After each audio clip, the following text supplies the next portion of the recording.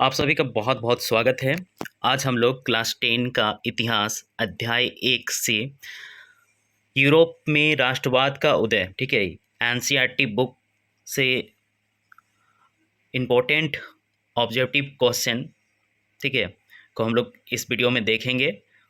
तो चलिए देखते हैं। इस वीडियो को अच्छे से देखिएगा और पहले से आंसर देने का कोशिश कीजिएगा, ठीक है। पहला क्वेश्चन है, बस्तिल किले का पतन कब हुआ?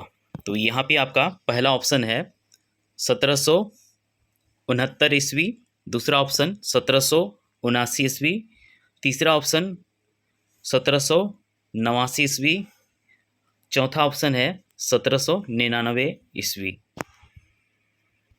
तो यहाँ आपका उत्तर होगा सी नंबर ऑप्शन, ठीक है, तीसरा वाला 1789 ईस्वी, ठीक है। बास्तिल किले का पतन 1789 में हुआ। देखिए, ये बास्तिल किला जो है दरअसल एक जेल है, ठीक है, जो कि फ्रांस में था। फ्रांसीसी क्रांति के दौरान ये जेल एक कठोर शासन का प्रतीक बन गया था, ठीक है। और इसका अंत यानी कि पतन जो हुआ ये 14 जुलाई 1789 को हुआ, ठीक है। अगला क्वेश्चन देखिए 2 नंबर, बिस्मार्क जर्मनी का चांसलर कब बना? पहला ऑप्शन है 1848 ईस्वी, दूसरा ऑप्शन 1856 ईस्वी, तीसरा ऑप्शन 1860 ईस्वी, चौथा ऑप्शन 1871 ईस्वी। तो यहाँ पे आपका आंसर होगा चौथा ऑप्शन 1871 ईस्वी, ठीक है। ये अब जो बिस्मार्क थे ये जर्मनी देश के थे, ठीक है। और इनका पूरा नाम ओटो एडवर्ड लियोपोल्ड बिस्मार्क है। और जर्मन साम्राज्य का ये प्रथम चांसलर तथा उस वक्त ये यूरोप के प्रभावी राजनेता थे। ये ओटो फान बिस्मार्क के नाम से अधिक प्रसिद्ध हैं। अगला देखिए 3 नंबर प्रश्न। प्रश्न है, ऑस्ट्रिया के साथ प्रसा का युद्ध कब हुआ? पहला ऑप्शन है 1860 ईस्वी, दूसरा ऑप्शन 1863 ईस्वी, तीसरा ऑप्शन है 1865 ईस्वी और चौथा ऑप्शन 1866 ईस्वी। तो यहाँ पे आपका आंसर होगा चौथा ऑप्शन 1866 ईस्वी। ऑस्ट्रेलिया जो है ये मध्य यूरोप में स्थित एक स्थलरूप देश है। इसकी राजधानी वियना है। और प्रसा, जिसको कि प्र-एशिया या प्रूसिया या प्राएशिया भी कहते हैं, ठीक है, ये उत्तरी यूरोप का एक जर्मन ऐतिहासिक राज्य था। अब देखिए चौथा प्रश्न 4 नंबर, प्रसा का ऑस्ट्रिया के साथ किस संधि के द्वारा युद्ध विराम हुआ? तो पहला ऑप्शन है वियना की संधि, दूसरा ऑप्शन वर्सराय की संधि, तीसरा ऑप्शन है पेरिस की संधि और चौथा ऑप्शन लंदन की संधि। तो यहाँ आपका आंसर होगा पहला वाला वियना की संधि। संधि मतलब मिलना, ठीक है। देखिए यहाँ पे वियना की संधि जो है ये 1815 में रूस, ऑस्ट्रिया, प्रसा और इंग्लैंड के बीच हुई थी। इसकी मेज़बानी ऑस्ट्रिया के चांसलर मेटरनिक्स ने की थी। इसका उद्देश्य यूरोप को नई रूपरेखा देना था, जिससे नेपोलियन के युद्ध ने तहस नहस कर दिया था। अगला 5 नंबर प्रश्न, इटली का एकीकरण कब पूरा हुआ? पहला ऑप्शन है 1871, तीसरा 1876, चौथा हो गया 1889 ईस्वी। तो यहाँ पे आपका पहला ऑप्शन सही है 1871 ईस्वी। एकीकरण का मतलब होता है एक करना, एक जगह मिलाना, ठीक है। तो यहाँ देखिए इटली का एकीकरण जो है सन 1815 में इटली पर नेपोलियन बोनापार्ट, ठीक है, के राज, यानी कि वो जो तहस-नहस कर दिया था वहाँ पर, ठीक है, उसका अंत वियना सम्मेलन के साथ आरंभ हुआ और 1870 में राजा वितोरियो इमानुएल की सेनाओं द्वारा रोम पर कब्जा होने तक चला, ठीक है। इटली एकीकरण में सबसे बड़ा बाधक ऑस्ट्रिया था। इटली की एकीकरण में मैजनी ने इटली महत्वपूर्ण भूमिका निभाई थी, ठीक है। मैजनी जो थे ये एक लेखक थे, इन्होंने इतालवी अतीत की महिमा पर जोर दिया और इतिहास की गौरवशाली उपलब्धियों को जनता के सामने पेश किया और उनमें राष्ट्रीय गौरव की भावना पैदा की। उनके अथक परिश्रम के परिणाम स्वरूप इटली में राष्ट्रवाद का जन्म और प्रसार हुआ था, ठीक है। अगला प्रश्न 6 नंबर, बैंक ऑफ फ्रांस की स्थापना किसने की? पहला ऑप्शन है नेपोलियन बोनापार्ट, दूसरा ऑप्शन है लुई 16, तीसरा ऑप्शन लुई 14, चौथा ऑप्शन है जॉर्ज 3, ठीक है। तो यहाँ आपका पहला ऑप्शन सही है, Napoleon Bonaparte. Bank of France जिसका मुख्यालय पेरिस में है, फ्रांस का केंद्रीय बैंक है। नेपोलियन बोनापार्ट द्वारा 1800 में यह स्थापित किया गया था। यह राज्य ऋण के प्रबंधन और नोट जारी करने के लिए एक निजी संस्थान के रूप में शुरू हुआ। 7 नंबर प्रश्न, गैरीबल्डी कहाँ का निवासी था? पहला ऑप्शन है वेनेसिया, दूसरा ऑप्शन है सर्डेनिया, तीसरा ऑप्शन नेपल्स, चौथा ऑप्शन प्राग। तो यहाँ पे आपका आंसर है 2 नंबर सर्डेनिया। देखिए ये गैरीबल्डी जो हैं ये फेमस होने का कारण इनका है कि इटली, जिसको कि इतालवी भी कहते हैं, कि एकता के लिए लड़ाई लड़ी और लगभग अकेले ही उत्तरी और दक्षिणी इटली को एकजुट किया था। अगला प्रश्न 8 नंबर देखिए, फ्रांस में नेपोलियन संहिता किस वर्ष लागू की गई? पहला ऑप्शन है 1815 ईस्वी, दूसरा ऑप्शन 1804 ईस्वी, तीसरा ऑप्शन 1779 ईस्वी, चौथा ऑप्शन 1799 ईस्वी। तो यहाँ पे आपका दूसरा ऑप्शन सही है, 1804 ईस्वी। देखिए यहाँ पे नेपोलियन संहिता जो है ये 1804 की नागरिक संहिता को नेपोलियन संहिता भी कहा जाता है। यह मूल रूप से कानून के समझ समानता की अवधारणा को परिभाषित कर रहा था एवं संपत्ति के अधिकार को सुरक्षा भी दे रहा था। इस अधिनियम ने जन्म के आधार पर सभी विशेष अधिकार को समाप्त कर दिए, ठीक है। अगला 9 नंबर प्रश्न, मार्सिले किस देश की राष्ट्रभक्ति का गीत है? पहला ऑप्शन है रूस का, दूसरा फ्रांस का, तीसरा इटली का, चौथा जर्मनी का। तो यहाँ पे आपका दूसरा ऑप्शन सही है, फ्रांस का। अगला 10 नंबर प्रश्न, वह राज्य जहाँ की राजनीतिक सत्ता उसकी सांस्कृतिक सत्ता से मिलकर बनती है उससे कहते हैं। पहला ऑप्शन है कल्याणकारी राज्य, दूसरा ऑप्शन राष्ट्र राज्य, तीसरा ऑप्शन है गणराज्य, चौथा ऑप्शन राजतंत्र।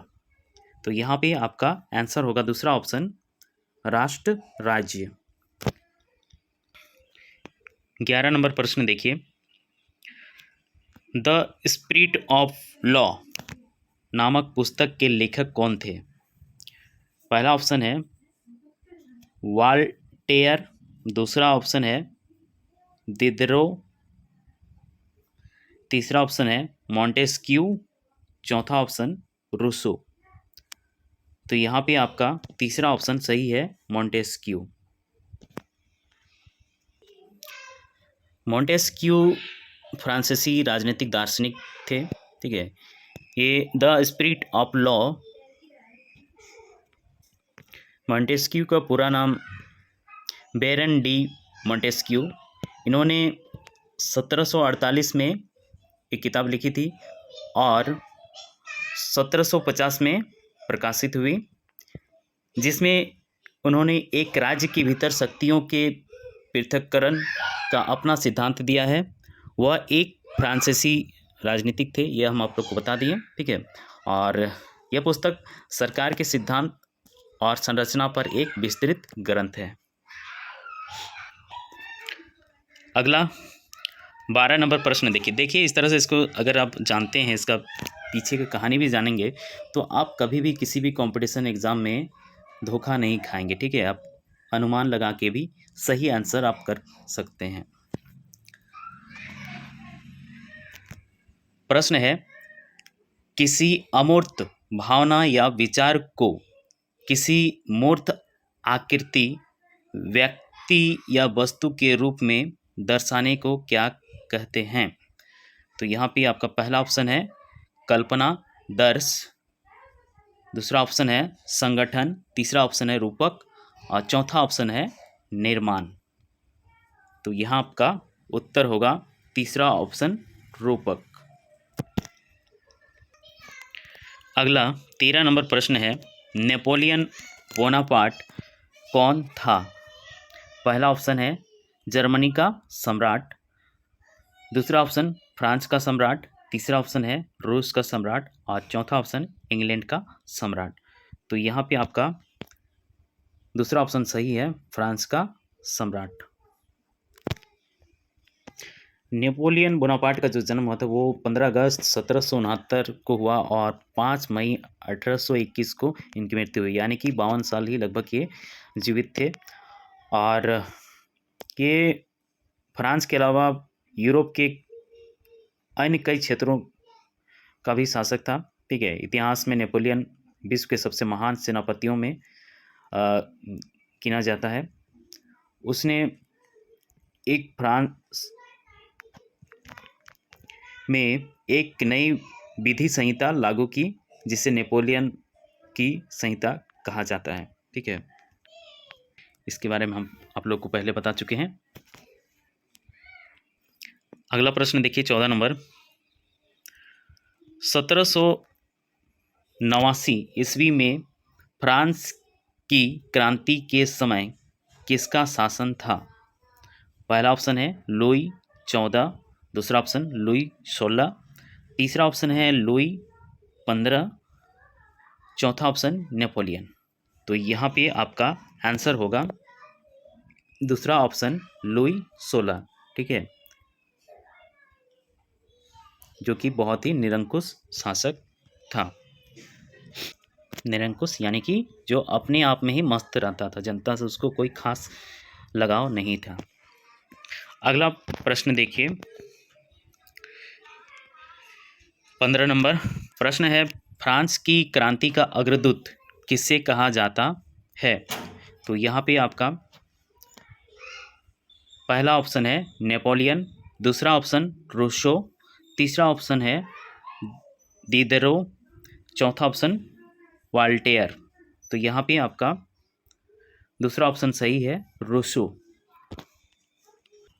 इनका एक खास बात यह है कि ये फ्रांस में प्रसिद्धि मिले, फ्रांस के लिए काम किया इन्होंने, लेकिन इनका जन्म जो हुआ वो जिनेवा में हुआ था, ठीक है। और इनका पूरा नाम जान जाक रूसो, ठीक है। यहाँ पे स्पेलिंग देखिएगा, ये बहुत ही खतरनाक है, ठीक है। रूसो का स्पेलिंग ROUSSEA RUSSO, रूसो। ठीक है। अगला प्रश्न 16 नंबर, जुस्पे मैथ्सनी का जन्म कब और कहाँ हुआ था? पहला ऑप्शन है 1802 ईस्वी जेनेवा, दूसरा ऑप्शन 1810 ईस्वी फ्रांस, तीसरा ऑप्शन 1812 ईस्वी इटली और चौथा ऑप्शन 1807 ईस्वी जेनेवा। तो यहाँ पे आपका सही है आंसर चौथा ऑप्शन 1807 ईस्वी जेनेवा में। ठीक है। अगला प्रश्न 17 नंबर, फ्रांस की क्रांति कब हुई? पहला ऑप्शन है 1757 ईस्वी, दूसरा ऑप्शन 1765 ईस्वी, तीसरा ऑप्शन 1776 ईस्वी और चौथा ऑप्शन 1789 ईस्वी। तो यहाँ पे आपका चौथा ऑप्शन 1789 ईस्वी सही है। ठीक है। फ्रांसीसी क्रांति 1789 ईस्वी से 1799 तक। ठीक है। अगला 18 नंबर प्रश्न, सामाजिक उपबंध नामक पुस्तक के लेखक कौन थे? पहला ऑप्शन है रूसो, दूसरा ऑप्शन मॉन्टेस्क्यू, तीसरा ऑप्शन दिदरो, चौथा वॉल्टेयर। तो यहाँ पे आपका आंसर होगा पहला ऑप्शन रूसो।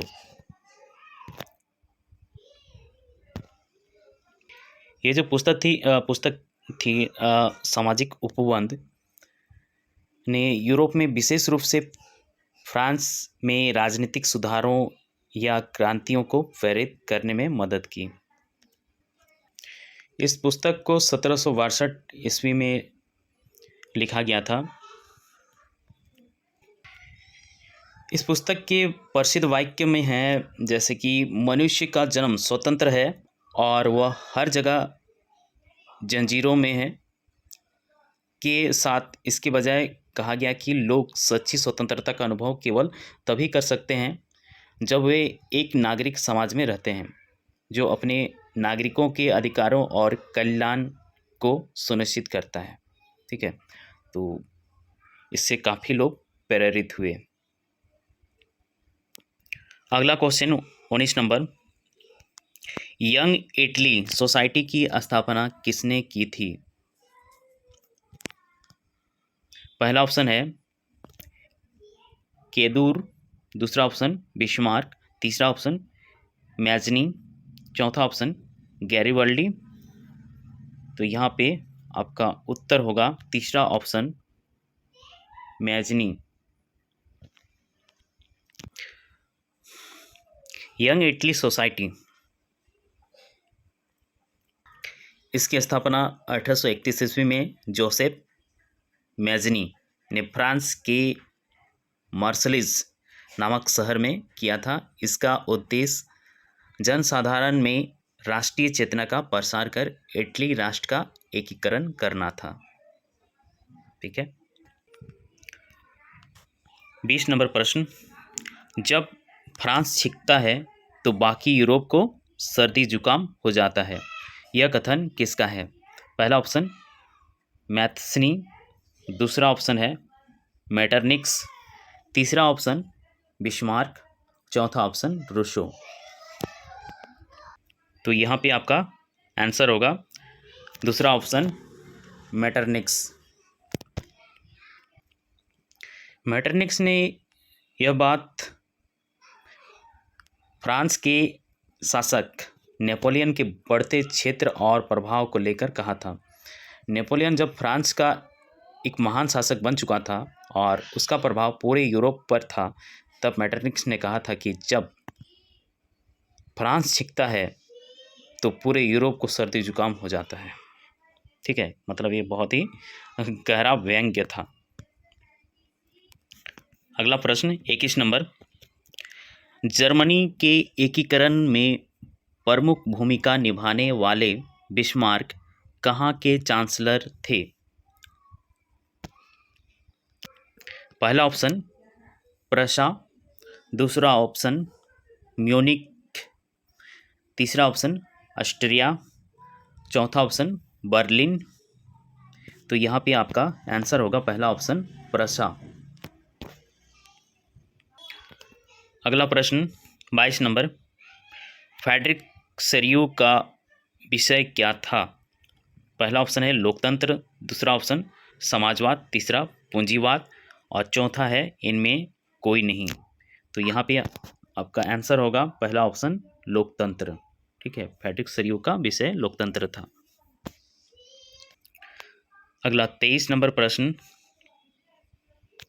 1871 के बाद यूरोप में राष्ट्रवादी तनाव का एक गंभीर स्रोत था।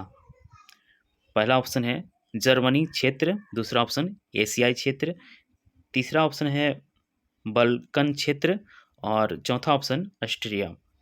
तो यहाँ पे आपका तीसरा ऑप्शन सही होगा, वल्कन क्षेत्र। ये जो वल्कन क्षेत्र है ये बल्कन प्रायद्वीप है, दक्षिण पूर्वी यूरोप का एक क्षेत्र है जो भौगोलिक तथा ऐतिहासिक दृष्टि से अपनी अलग पहचान बना चुका है। इसका कुल क्षेत्रफल 5,50,000 वर्ग किलोमीटर तथा जनसंख्या लगभग 5.5 करोड़ है। इसे वल्कन प्रायद्वीप भी कहा जाता है, जिसका कारण इसकी भौगोलिक स्थिति है। ठीक है। अगला प्रश्न 24 नंबर, सार्डिनिया पिडमांड का शासक कौन था? पहला ऑप्शन है विक्टर एमुनुएल, दूसरा ऑप्शन विलियम प्रथम, तीसरा ऑप्शन नेपोलियन थर्ड, चौथा ऑप्शन काउंट कावूर। तो यहाँ पे आपका पहला ऑप्शन सही होगा, विक्टर एमुनुएल।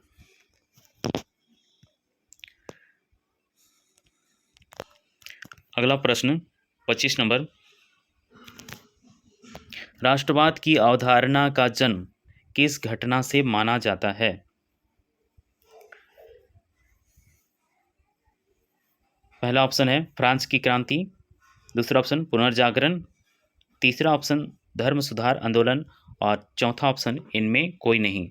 तो यहाँ पे आपका आंसर होगा पहला ऑप्शन फ्रांस की क्रांति। ठीक है, देखिए इस क्वेश्चन को, राष्ट्रवाद, ठीक है, राष्ट्रवाद कहने का मतलब अपने देश के लिए कुछ कर गुजरने की भावना। ठीक है, अपने देश के लिए मर मिटने की भावना जो होती है।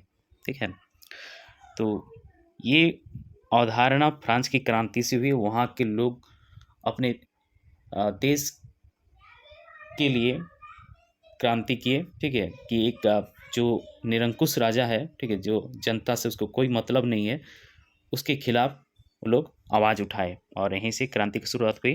पुनर्जागरण का मतलब होता है फिर से जागना। ठीक है, फिर से जागना यानी कि लोग फिर से जागरूक एकजुट हो जाते हैं। ठीक है, काम करने के लिए तैयार हो जाते हैं।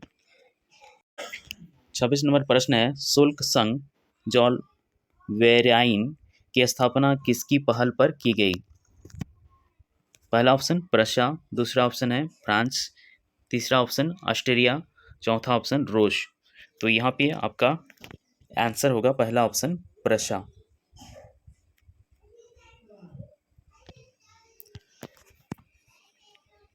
इस क्वेश्चन को समझिए, देखिए शुल्क संघ, शुल्क मतलब जैसे कोई पैसा था। ठीक है, इसको जॉल वेराइन के तहत, ठीक है, एक किया गया। ठीक है, जिसमें अधिकांश जर्मन राज्य शामिल हो गए थे।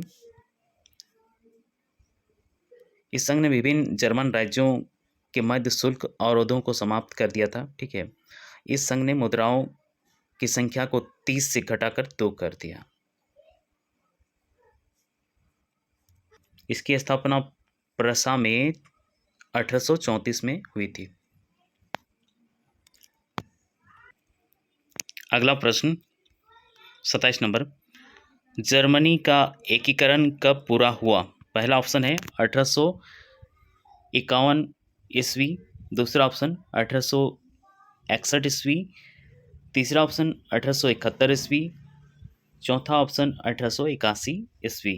तो यहाँ पे आपका आंसर होगा तीसरा ऑप्शन 1871 ईस्वी।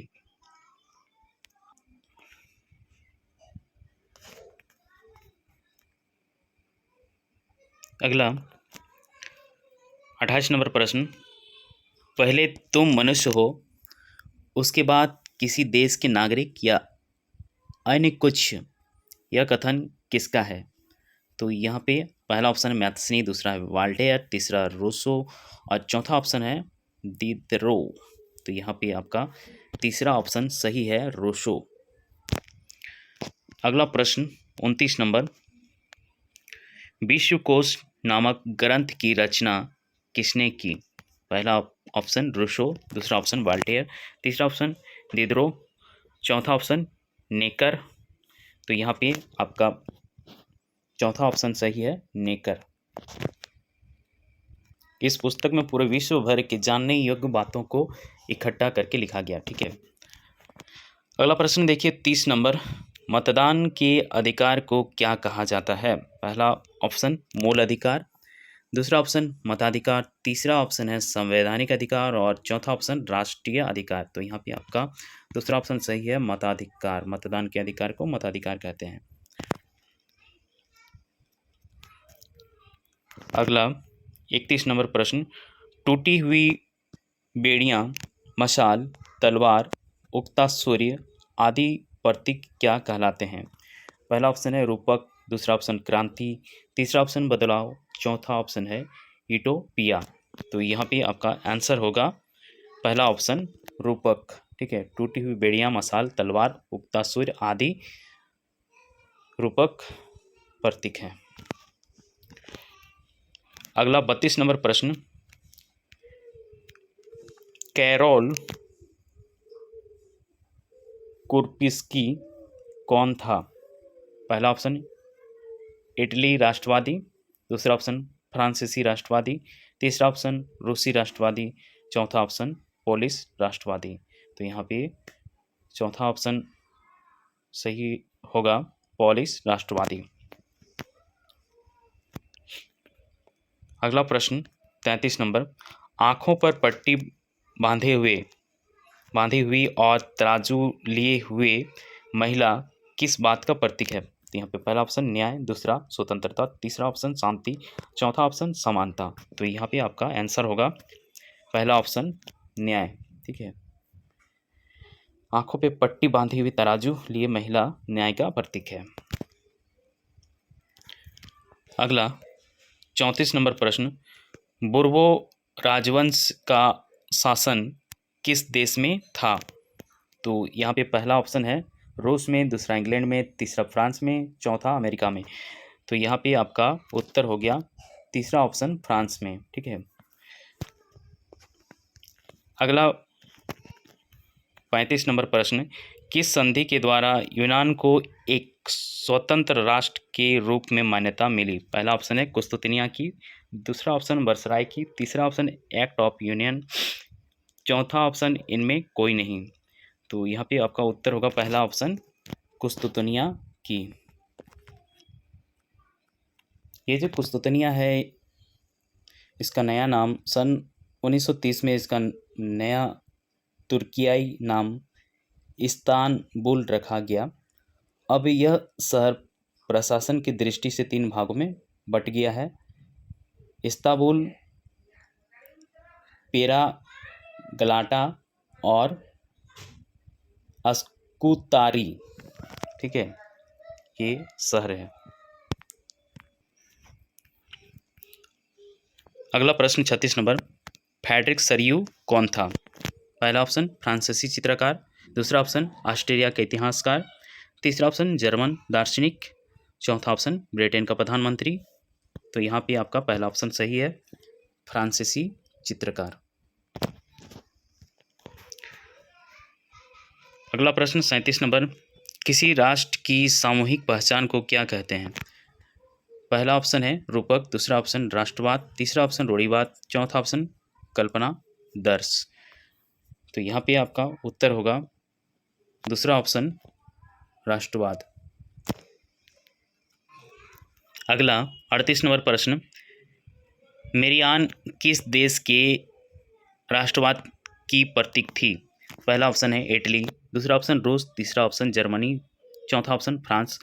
तो यहाँ पे आपका उत्तर होगा चौथा ऑप्शन फ्रांस। अगला प्रश्न, वियना की संधि कब हुई थी? पहला ऑप्शन 1848 ईस्वी, दूसरा ऑप्शन 1815 ईस्वी, तीसरा ऑप्शन 1804 ईस्वी और चौथा ऑप्शन 1789 ईस्वी। तो यहाँ पे सही आंसर है दूसरा ऑप्शन 1815 ईस्वी में, ठीक है, वियना की संधि हुई थी। अगला प्रश्न, लिवरे क्या था? देखिए, पहला ऑप्शन फ्रांसीसी मुद्रा, दूसरा ऑप्शन फ्रांसीसी कानून, तीसरा ऑप्शन फ्रांसीसी शासन व्यवस्था, चौथा ऑप्शन फ्रांस में प्रचलित कर व्यवस्था। तो यहाँ आपका उत्तर होगा पहला ऑप्शन फ्रांसीसी मुद्रा, ठीक है, फ्रांसीसी मुद्रा को लिवरे कहा जाता था। बहुत ही इंपॉर्टेंट क्वेश्चन है, देखिए, स्वतंत्रता, समानता एवं बंधुत्व का नारा किस क्रांति की देन है? ठीक है, पहला ऑप्शन रूसी क्रांति, दूसरा फ्रांसीसी क्रांति, तीसरा ऑप्शन अमेरिकी क्रांति, चौथा ऑप्शन भारतीय क्रांति। तो यहाँ पे आपका दूसरा ऑप्शन सही होगा, फ्रांसीसी क्रांति, ठीक है, स्वतंत्रता, समानता और बंधुत्व। अगला प्रश्न है, जर्मन राष्ट्र के लिए निम्नांकित में से कौन महिला रूपक बनी? पहला ऑप्शन है मरियान, दूसरा ऑप्शन जर्मनिया, तीसरा ऑप्शन ब्रिटेनिया, तीसरा ऑप्शन मैजनी। तो यहाँ पे आपका दूसरा ऑप्शन सही होगा, जर्मनिया। अगला प्रश्न देखिए, जर्मनी के एकीकरण के लिए बिस्मार्क ने कौन सी नीति अपनाई? तो यहाँ पे आपका पहला ऑप्शन है अहिंसा, दूसरा है खून और खड़ग, तीसरा ऑप्शन शांति वार्ता, चौथा गठबंधन। तो यहाँ पे आपका दूसरा ऑप्शन सही है, खून और खड़ग की नीति, ठीक है। अगला प्रश्न, रक्त एवं लौह की नीति का अवलंबन किसने किया? तो पहला ऑप्शन है बिस्मार्क, दूसरा ऑप्शन हिटलर, तीसरा ऑप्शन मैजनी, चौथा ऑप्शन विलियम। तो यहाँ पे आपका आंसर होगा पहला ऑप्शन बिस्मार्क, रक्त एवं लौह की नीति। ये पार्ट यहीं समाप्त करते हैं, मिलते हैं अगले वीडियो में, तब तक के लिए टेक केयर, बाय। इस चैनल को अब तक सब्सक्राइब नहीं किए हैं तो जल्दी सब्सक्राइब कर लीजिए, क्योंकि यहाँ पे आपको 6 से लेके MA क्लास तक का नोट्स मिलता रहेगा, ठीक है, और बहुत सारे कंपटीशन का भी वीडियो आपको देखने को मिलेगा, ठीक है, बहुत सारी जानकारियाँ मिलती रहेंगी, इसलिए इसको सब्सक्राइब जरूर कीजिए और दोस्तों को शेयर जरूर से ज़रूर कीजिए, ठीक है। Okay, bye.